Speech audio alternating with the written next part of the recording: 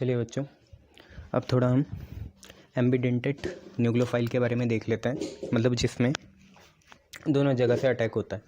ठीक है, और फिर उसके बाद SN1 SN2 मैकेनिज़्म देखते हैं, ये रिएक्शन देख लोगे। फिर उसके बाद दूसरे में जाएंगे एलिमिनेशन, फिर मेटल हैलोरीन के करेंगे, चैप्टर को ख़त्म करेंगे। ठीक है, तो अब हम पे हेडिंग है, नोट डाल के लिख लेना क्या है। एम्बीडेंटेड बोल लो, डेंटेड तो कोऑर्डिनेशन में बोलते हैं, यहाँ बोल दो एम्बीडेंट न्यूक्लियोफाइल। क्या होते हैं ये एम्बीडेंट न्यूक्लियोफाइल? ऐसे न्यूक्लियोफाइल होते हैं जिसमें अटैक किसी कंपाउंड के दो या दो से ज़्यादा एटम के बीच में या से हो सकता है। वेयर इन अ मॉलिक्यूल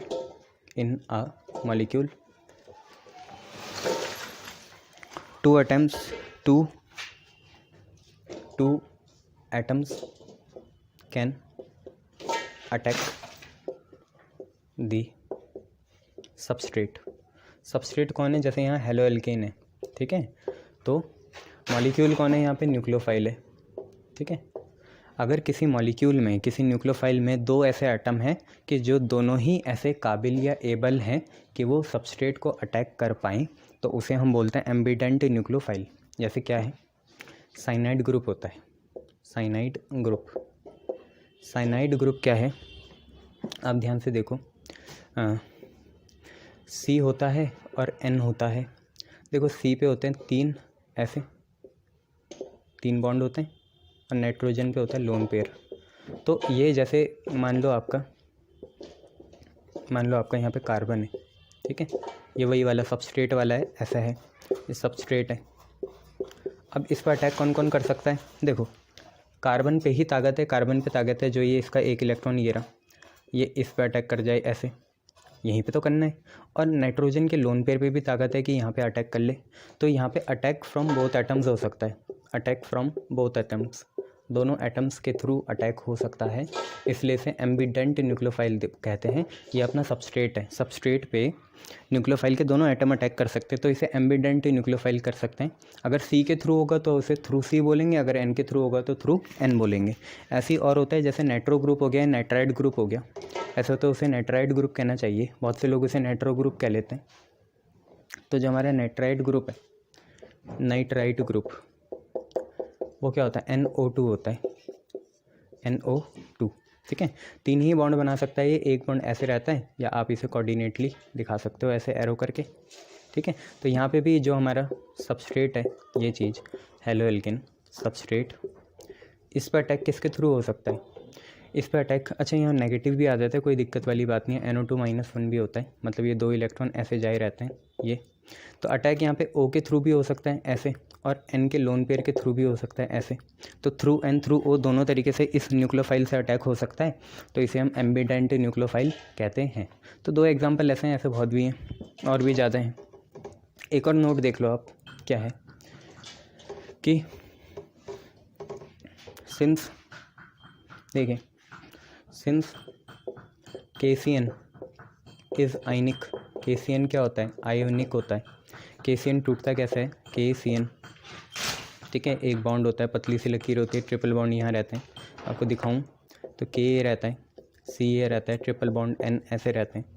ये जब टूटेगा, ठीक है, तो CN दोनों इलेक्ट्रॉन ले जा लेगा, तो K प्लस हो जाएगा, और CN पे दो इलेक्ट्रॉन आगे या नेगेटिव चार्ज आ गया ऐसे। अब अगर कोई सबस्ट्रेट हुआ, जैसे यही हुआ अपना हेलो एल्केन, ये अपना सबस्ट्रेट है। ठीक है, और याद रखिए ये कैसा है? आयनिक है, प्योरली आयनिक कंपाउंड है। ठीक है, तो इसमें अटैक बस C ही कर सकता है अपने लोन पेयर से, इधर ये। ठीक है, तो यहाँ पे होगा attack through C, attack through C, attack through C। ठीक है, इसका मतलब ये जो KC बॉन्ड है ये ज़्यादा पोलर है, और ये जो CN बॉन्ड है ये क्या है? आयनिक है, सॉरी आयनिक नहीं, कोवेलेंट है। और पोलर बॉन्ड थोड़ा अनस्टेबल है, तभी तो टूटा। कोवेलेंट बॉन्ड क्या है? स्टेबल है। तो ये चीज़ें आप याद रखेंगे, इसलिए मैं आपको बोल रहा था KCN आयनिक है और अटैक C के थ्रू होगा। ठीक है, ये चीज़ याद रखना, C के थ्रू अटैक है, सी ने ही अटैक करा, सी के लोन पेयर्स ने या सी के नेगेटिव चार्ज ने अटैक करा। जबकि बात करें हम किसकी, AgCN की, तो AgCN में क्या होता है, बट AgCN जो होता है वो कैसा होता है, कोवेलेंट होता है नेचर में, कोवेलेंट इन नेचर। तो ये टूटेगा नहीं, ज़बरदस्ती नहीं टूटेगा, हम टूटवाएंगे इसे। देखो ये कैसा होता है, Ag होता है, C होता है, ट्रिपल बॉन्ड N होते हैं और यहाँ लोन पेयर होते हैं। अब अगर कोई सबस्ट्रेट होगा, जैसे कार्बन है, H H H हेलोजन है, ठीक है, ये बॉन्ड भी पोलर होता है, उससे हमें क्या लेने देना। तो N के थ्रू अटैक होता है, तो यहाँ पे अटैक होता है थ्रू N, ठीक है। तो यहाँ पे बॉन्डिंग जो बनेगी N के थ्रू बनेगी। तो अगर आप ये रिएक्शन कर भी लेते हो तो आप पे ऐसा आएगा C H H H और फिर यहाँ पे बॉन्डिंग होगी N के थ्रू और यहाँ पे C होगा, N के थ्रू होगा, फिर यहाँ पे C होगा। तो ये देखो बॉन्डिंग कैसे है, बॉन्डिंग थ्रू N है, बॉन्डिंग थ्रू N के थ्रू क्या है, यहाँ पे बॉन्डिंग है, जबकि पहले किसके थ्रू थी, C के थ्रू थी, ठीक है। हाँ ये गायब हो जाएगा, X नेगेटिव अलग हो जाएगा, लीविंग ग्रुप है वो, ऐसे अलग हो जाएगा, ठीक है। N के थ्रू बॉन्डिंग होगी यहाँ। वो अलग बात है कि हम यहाँ बॉन्ड बना सकते हैं ऐसे 3, कोई दिक्कत वाली बात नहीं है। एक तो यहाँ पे कोऑर्डिनेट ही होगा, उसमें कोई दिक्कत नहीं है। बट याद रखना KCN आयनिक था तो वहाँ पे बॉन्डिंग होगी C के थ्रू, और AgCN कैसा है, कोवेलेंट है, तो वहाँ पे लोन पेयर का यूज़ करेगा। तो lone pair comes into play, lone pair comes into play, loan player यहाँ, लोन पेयर जो है यहाँ खेल खेलेंगे और वही बॉन्ड बनाएंगे, ठीक है। जब आप इतना कर लेंगे तो अब हम न्यूक्लियोफिलिक सब्स्टिट्यूशन रिएक्शन देख लेते हैं, जो 2 तरह की होती है, SN1 और SN2, ठीक है। और थोड़ा उनको समझते हैं, देखते हैं कहाँ पे कौन से फैक्टर होते हैं, कैसे अटैक होता है, कहाँ कार्बोकटाइन बनेगा, कहाँ पे वो होगा, ये सारी चीज़ें हमें देखनी है। तो ये हमने गैप बना लिया, यहाँ पे हमने लिखा SN1 रिएक्शन और यहाँ पे हमने लिखा SN2 रिएक्शन, SN1 रिएक्शन और यहाँ पे है SN2 रिएक्शन, 2 हमने रिएक्शन लिख ली। देखो इसको हम क्या बोलते हैं, उल्टा चलता है, जैसे MBBS में चलता है ना, बैचलर ऑफ मेडिसिन MBBS लिखते हो, उल्टा चलती है abbreviation, bachelor of medicine, bachelor of surgeon, ऐसे यहाँ पे भी चलेगी। न्यूक्लियोफिलिक सब्स्टिट्यूशन और 1 मतलब होता है यूनिमोलिकुलर, तो ये होता है nucleophilic substitution, nucleophilic substitution unimolecular, ये होता है न्यूक्लियोफिलिक सब्स्टिट्यूशन यूनिमोलिकुलर, और ये होता है nucleophilic substitution bimolecular, bimolecular,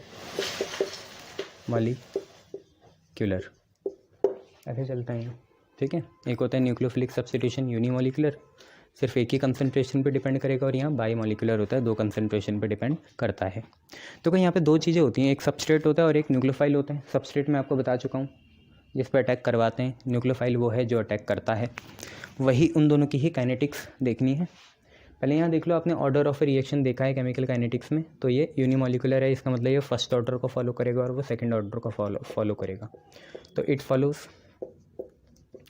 first order kinetics, ये पहली ऑर्डर के काइनेटिक्स को फॉलो करता है, और वो फॉलो करता है second order kinetics. It follows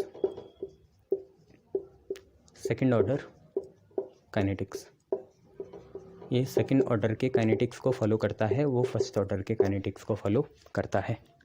अब इसके बाद यहाँ क्या होता है मैं आपको बता देता हूँ। Rate of reaction directly proportional होता है सिर्फ सबस्ट्रेट की कंसंट्रेशन के, और वो भी 1 कंसंट्रेशन के।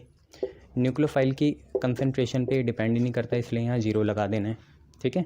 न्यूक्लियोफाइल की कंसंट्रेशन पे वो डिपेंड नहीं करता, इसलिए वहाँ पे क्या लगा देना है, 0 लगा देना है, ठीक है। जबकि यहाँ सेकंड ऑर्डर है, मतलब दोनों की कंसंट्रेशन पे करेगा, तो सबस्ट्रेट की कंसंट्रेशन पे भी डिपेंड करेगा, और न्यूक्लियोफाइल जो है उसकी कंसंट्रेशन पे भी डिपेंड करेगा रेट, कि वो कितना ज़्यादा है कितना कम है। यहाँ न्यूक्लियोफाइल चाहे तुम 10 ग्राम डालो 100 ग्राम डालो, बात एक ही पड़ेगी, कोई फ़र्क पड़ने वाला नहीं है, ठीक है। एक और बात क्या है कि ये है तो क्या यूनिमोलिकुलर, पर ये 2 स्टेप्स की रिएक्शन है, 2 स्टेप्स की रिएक्शन होती है, और ये है बायमोलिकुलर, पर ये 1 स्टेप की रिएक्शन होती है, ठीक है। ये है। ये कैसी होती है, 2 स्टेप की रिएक्शन होती है और वो क्या होती है, 1 स्टेप की रिएक्शन होती है। ठीक है, ये आपको याद रखना है। अभी देख लो SN1 और SN2 रिएक्शन क्या है। SN1 होता है यूनिमोलिकुलर सब्स्टिट्यूशन, ठीक है, और वो होता है बाईमोलिकुलर सब्स्टिट्यूशन।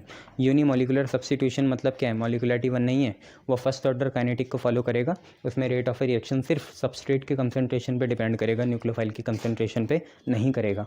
जबकि यहाँ पे क्या सेकंड ऑर्डर है, इसका मतलब रेट ऑफ रिएक्शन न्यूक्लियोफाइल की कंसंट्रेशन को भी करेगा और सबस्ट्रेट की कंसंट्रेशन को भी करेगा। ध्यान देने वाली बात यह है, अचंभे की बात यह है कि सब्स्टिट्यूशन यूनिमोलिकुलर 2 स्टेप की रिएक्शन है और सब्स्टिट्यूशन बाईमोलिकुलर 1 स्टेप की रिएक्शन है। इतना देख लेना। अब हम स्टेप्स की बात करेंगे भैया। और क्या करें बात, नहीं और क्या चाहते हो तुम, यही करेंगे बात, ठीक है। इससे ज़्यादा क्या बात करनी भैया, इतना काफ़ी है। अब थोड़ा मैं मिटा रहा हूँ क्योंकि आपको पता ही है सर के हाथ ज़्यादा बढ़ेंगे, बजट की भी कमी है, तो इतने से ही लिखना पड़ेगा। तो ये हो गया SN1, ये हो गया SN2। आपको पता है ये 2 स्टेप में होती है। तो यहाँ पे स्टेप नंबर 1 क्या है, स्टेप नंबर 1 सबसे पहले होता है यहाँ फॉर्मेशन ऑफ कार्बोकटाइन। फॉर्मेशन ऑफ कार्बोकटाइन, यहाँ पे होता है फॉर्मेशन ऑफ कार्बोकटाइन। कार्बोकटाइन यहाँ बनता है, जबकि यहाँ पे स्टेप 2 क्या होगा, attack of nucleophile. Nucleophile attack करता है, वो थोड़ी जाता है उसके पास, न्यूक्लियोफाइल के पास। तो यहाँ पे न्यूक्लियोफाइल अटैक करेगा ऑन कार्बोकटाइन। यहाँ पे न्यूक्लियोफाइल पे कार्बोकटाइन ही अटैक करता है, ठीक है। कुछ ही देर के लिए मैं SN2 हटा दूँ। अब हम दोनों साइड SN1 ही लिखने वाले हैं, ठीक है।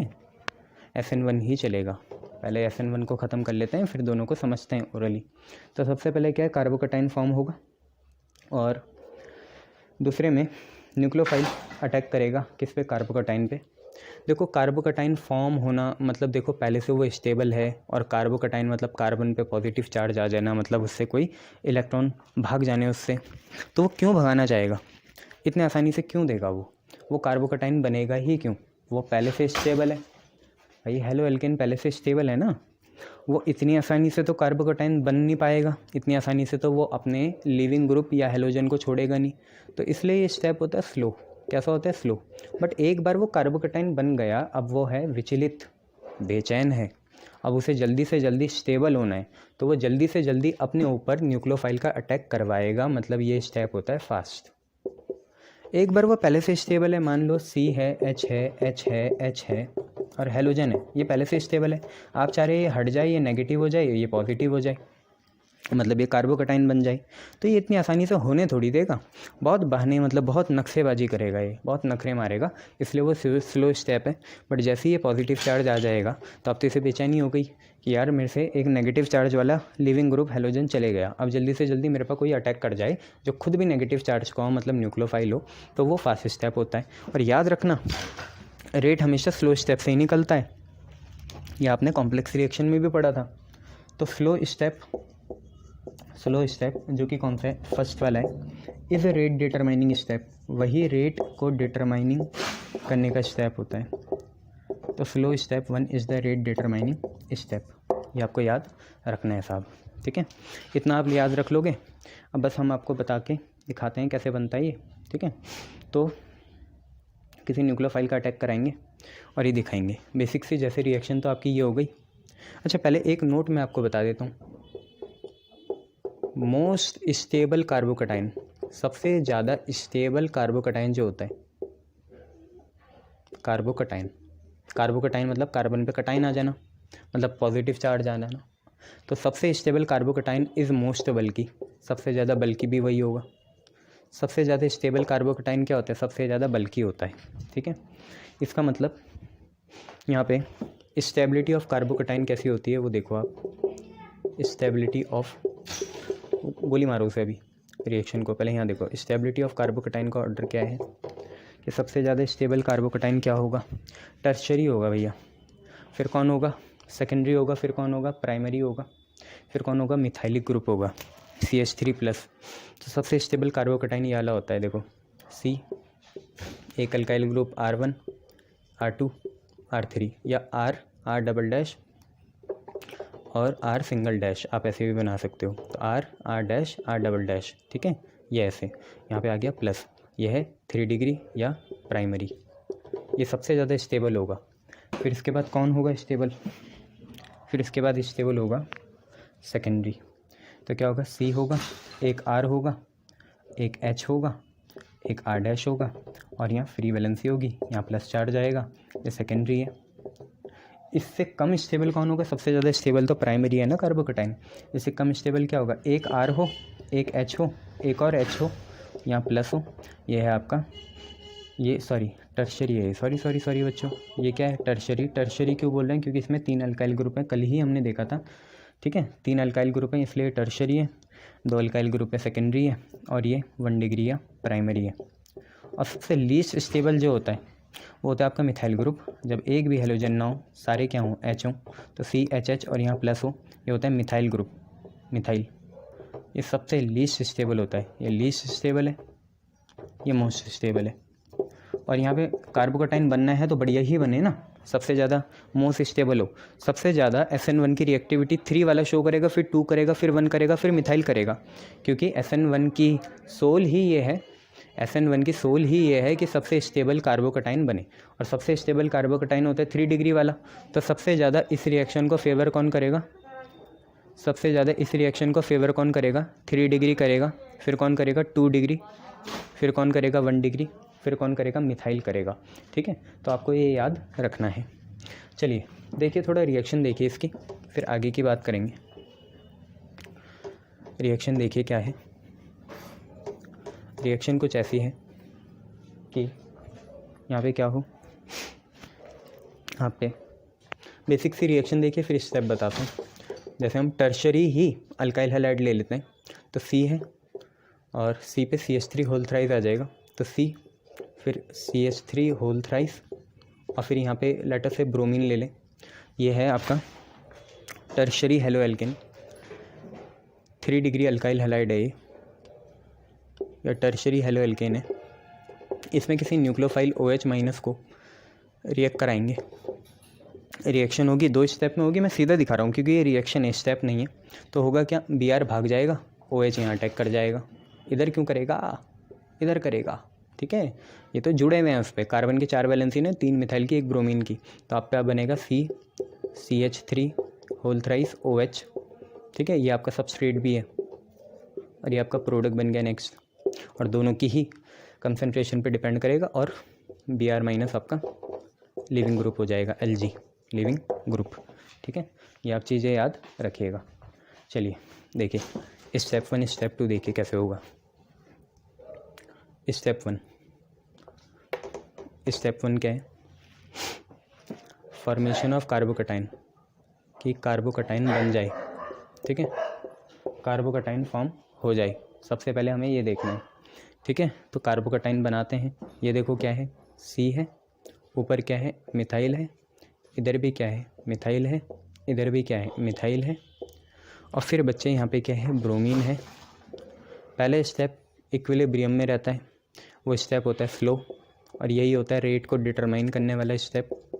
इसमें क्या होता है, कार्बोकटाइन बनता है, तो C है, इधर भी CH3 है, ये वाला CH3 क्योंकि अटैक दोनों साइड से हो सकता है, ऐसी कोई दिक्कत नहीं है, तो C है, इधर भी CH3 है, इधर ही हम दूसरा CH3 बना लेते हैं, इधर ही एक और CH3 है, साथ में Br माइनस हट गया, पहले ही हट जाता है लिविंग ग्रुप आपका, ठीक है, और यहाँ पे आ जाता है प्लस, यही आपका क्या है, कार्बोकटाइन है, यही आपका क्या है, कार्बोकटाइन है, ठीक है, याद रखिएगा ये चीज़, ठीक है, यही आपका क्या है, कार्बोकटाइन है, याद रख लोगे, शाबाश। तो पहले आपका क्या था, स्लो स्टेप था, कार्बोकटाइन बन गया। अब फास्ट स्टेप होगा एकदम से, देखो आप स्टेबिलिटी, ये स्टेबल है ना सबस्ट्रेट, ये जो आपका टर्शरी अल्काइल हैलाइड बना ये सबस्ट्रेट है, ये पहले से स्टेबल है, ठीक है, और आपने इसे एक अनस्टेबल क्राइटेरिया पे ले आई जो कि क्या है, कार्बोकटाइन। अब जब अनस्टेबल कार्बोकटाइन है, हालांकि ये 3 डिग्री सबसे ज़्यादा स्टेबल है, बट हेलोएल्केन के टर्म्स में तो ये अनस्टेबल ही हुआ, चाहे 3 2 से 1 से और मिथाइल से ज़्यादा हो। कार्बोकटाइन में 3 डिग्री ज़्यादा स्टेबल है, बट ये कार्बोकटाइन इसके टर्म में तो अनस्टेबल ही होगा, तो ये एकदम से स्टेबल होना चाहेगा। तो जो सेकंड स्टेप है, स्टेप 2, जो कि क्या है, अटैक ऑफ न्यूक्लियोफाइल है, अटैक ऑफ न्यूक्लियोफाइल, वो एकदम से होगा। तो न्यूक्लियोफाइल बनाइए आप और ये बनाइए, तो CH3C प्लस CH3 ये आपका क्या है, कार्बोकटाइन है। तो देखो ऐसे भी लिख सकते हैं कार्बोकटाइन को CC प्लस। इसमें एकदम से कौन अटैक करेगा, न्यूक्लियोफाइल, जो कि आज हमने OH माइनस लिया है। आप इसमें NH3 भी लगा सकते हो, अमाइन बन सकता है। और ये एकदम से फास्ट स्टेप होगा, आप सीधा लिख देना, मेरे से सीधा नहीं लिखा जाएगा क्योंकि वो पूरा आ भी नहीं पाएगा। तो ये दोनों से एकदम से फास्ट स्टेप होगा, इक्विलिब्रियम में नहीं जाएगा और अटैक हो सकता है। अब अटैक कहीं से भी हो सकता है, फ्रंट से भी और बैक से भी, कहीं से भी हो सकता है ना, फ्रंट बैक से दोनों से ही हो सकता है। तो CH3 और यहाँ पे आ जाएगा OH। But attack can from be any side, ऐसे कोई दिक्कत वाली बात नहीं है, हमारा प्रोडक्ट बन जाएगा। बस यहाँ पे नोट देने वाली बात यह है कि ये 2 स्टेप में हमने कर लिया, कार्बोकटाइन बना और कार्बोकटाइन जैसे ही बना उसने न्यूक्लियोफाइल ने उस पर अटैक कर दिया। ठीक है, तो लिविंग ग्रुप तो पहले ही स्टेप में निकल गया। रेट डिटरमाइनिंग वाला स्टेप स्लो है और ये वाला स्टेप फास्ट होगा। बट एक नोट वाली बात यह है, attack can be from both side, attack can be from both side, attack दोनों साइड से हो सकता है, इसमें कोई दिक्कत वाली बातें नहीं है। अटैक दोनों साइड में से किसी भी साइड से आप कर लो, कोई दिक्कत वाली बातें यहाँ पे नहीं है। ठीक है, ये चीज़ें तो अब लिख लोगे इतना, शाबाश। और बस एक सिंपल सी बात है कि यहाँ पे 2-3 बातें और लिख लेते हैं हम यहाँ, कि पहला 2-3 पॉइंट SN1 के इम्पोर्टेंट क्या हैं, फिर हम SN2 की तरफ जाएंगे। SN2 में बस हम स्टेप्स देखेंगे क्या हैं। तो SN1 की थोड़ी बातें कर लेते हैं। पहली बात, rate of reaction doesn't depend upon concentration of nucleophile की कंसंट्रेशन पे डिपेंड नहीं करता, यह है। अच्छा, SN1 रिएक्शन को फेवर कौन करते हैं, favour by weak nucleophile. Weak nucleophile कौन होते हैं, जो अपनी कमजोरी दिखा देते हैं। जैसे ये अपनी कमजोरी दिखा रहा है कि इस पर नेगेटिव चार्ज है, लोन पेयर दिखता थोड़ी है, वो स्ट्रॉन्ग न्यूक्लियोफाइल होते हैं। तो favour by weak nucleophile favour करेंगे और पोलर सॉल्वेंट फेवर करेंगे। पोलर जो सॉल्वेंट होते हैं वो फेवर करेंगे। ठीक है, वीक न्यूक्लियोफाइल और पोलर सॉल्वेंट इसे फेवर करते हैं। ठीक है, तीसरा है कि यहाँ पे स्टेबिलिटी ऑफ कार्बोकटाइन जितना स्टेबल होगा, स्टेबिलिटी ऑफ कार्बोकटाइन जितना ज़्यादा कार्बोकटाइन स्टेबल होगा, और मैं यहाँ बात अपने मन में टर्शरी को रख के कर रहा हूँ क्योंकि सबसे स्टेबल वही होता है। ठीक है, अबे यार बड़ा बल के होना चाहिए ना, उस पर अटैक कौन करेगा फिर। तो stability of carbocation is directly proportional to easy nucleophile attack. जितना स्टेबल होगा कार्बोकटाइन उतना आसानी से न्यूक्लियोफाइल अटैक करेगा। ठीक है, और बस इतना ही है। स्टेबिलिटी ऑफ कार्बोकटाइन डायरेक्टली प्रोपोर्शनल है किससे, इजी न्यूक्लियोफाइल अटैक, उतना आसानी से वो न्यूक्लियोफाइल अटैक करेगा और उतने आसानी से जो आप प्रोडक्ट बनाना चाह रहे हो वो तो यहाँ के लिए स्पेसिफिक है, जनरल तो है नहीं कि उतना ईजिली अल्कोहल बनेगा, ईजिली अल्कोहल फॉर्म होगा। ठीक है, ये चीज़ याद रखना। स्टेबिलिटी ऑफ कार्बोकटाइन जितनी ज़्यादा होगी उतना ईजिली न्यूक्लियोफाइल अटैक करेगा, उतने आसानी से आपका अल्कोहल बनेगा। चौथी चीज़, रिएक्टिविटी ऑर्डर क्या है, रिएक्टिविटी ऑर्डर SN1 का, या तो रिएक्टिविटी ऑर्डर बोलो या इजी न्यूक्लियोफाइल अटैक का ऑर्डर बोलो या इजी अल्कोहल फॉर्मेशन का ऑर्डर बोलो, तीनों का ही एक ही ऑर्डर है। ठीक है, या स्टेबिलिटी ऑफ कार्बोकटाइन का भी यही ऑर्डर है, पहली बात कार्बोकटाइन की स्टेबिलिटी का भी यही ऑर्डर है, रिएक्टिविटी SN1 की रिएक्टिविटी ऑर्डर भी यही है। फिर इसके बाद उतने आसानी से अल्कोहल फॉर्मेशन का भी यही ऑर्डर है और उतनी आसानी से न्यूक्लियोफाइलिक अटैक का भी यही ऑर्डर है। वो क्या है, 3 डिग्री, मतलब आपका टर्शरी कार्बोकटाइन ज़्यादा अच्छे से रिएक्ट करेगा SN1 में, ईजिली कार्बोकटाइन फॉर्म करवाएगा, ईजिली न्यूक्लियोफाइल अटैक होगा, ईजिली अल्कोहल फॉर्मेशन होगा। किसका, 3 डिग्री का, फिर किसका होगा 2 डिग्री का, फिर किसका होगा 1 डिग्री का, फिर आखिरी में कौन आएगा, मिथाइल प्लस। ठीक है, तो मतलब अगर आपसे पूछें सबसे आसानी से SN1 रिएक्शन कौन देगा तो आपको देना है, बोलना है 3 डिग्री वाला देगा, और सबसे मुश्किल से कौन देगा तो आपको बोलना है मिथाइल वाला। ये सबसे लीस्ट रिएक्टिव होता है यहाँ पे, और ये सबसे मोस्ट रिएक्टिव होता है।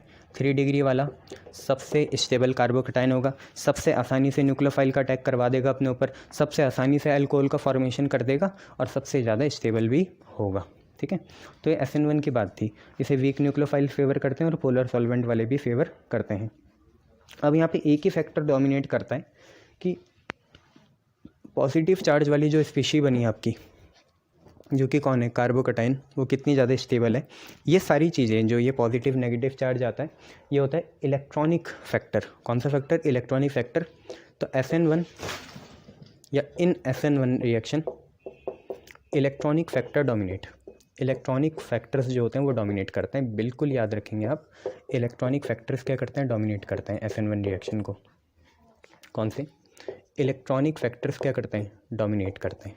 ये आप याद रखेंगे कि SN1 रिएक्शन में कौन फेवर कर रहा है, इलेक्ट्रॉनिक फैक्टर। ठीक है, ये आपको याद रखना है। इसके बाद अब हम SN2 रिएक्शन देखेंगे। 2-3 तो हम देख ही चुके हैं, अब उसमें सीधे स्टेप्स लिखेंगे। ठीक है, ये है, ये दोनों लिख लेना आप।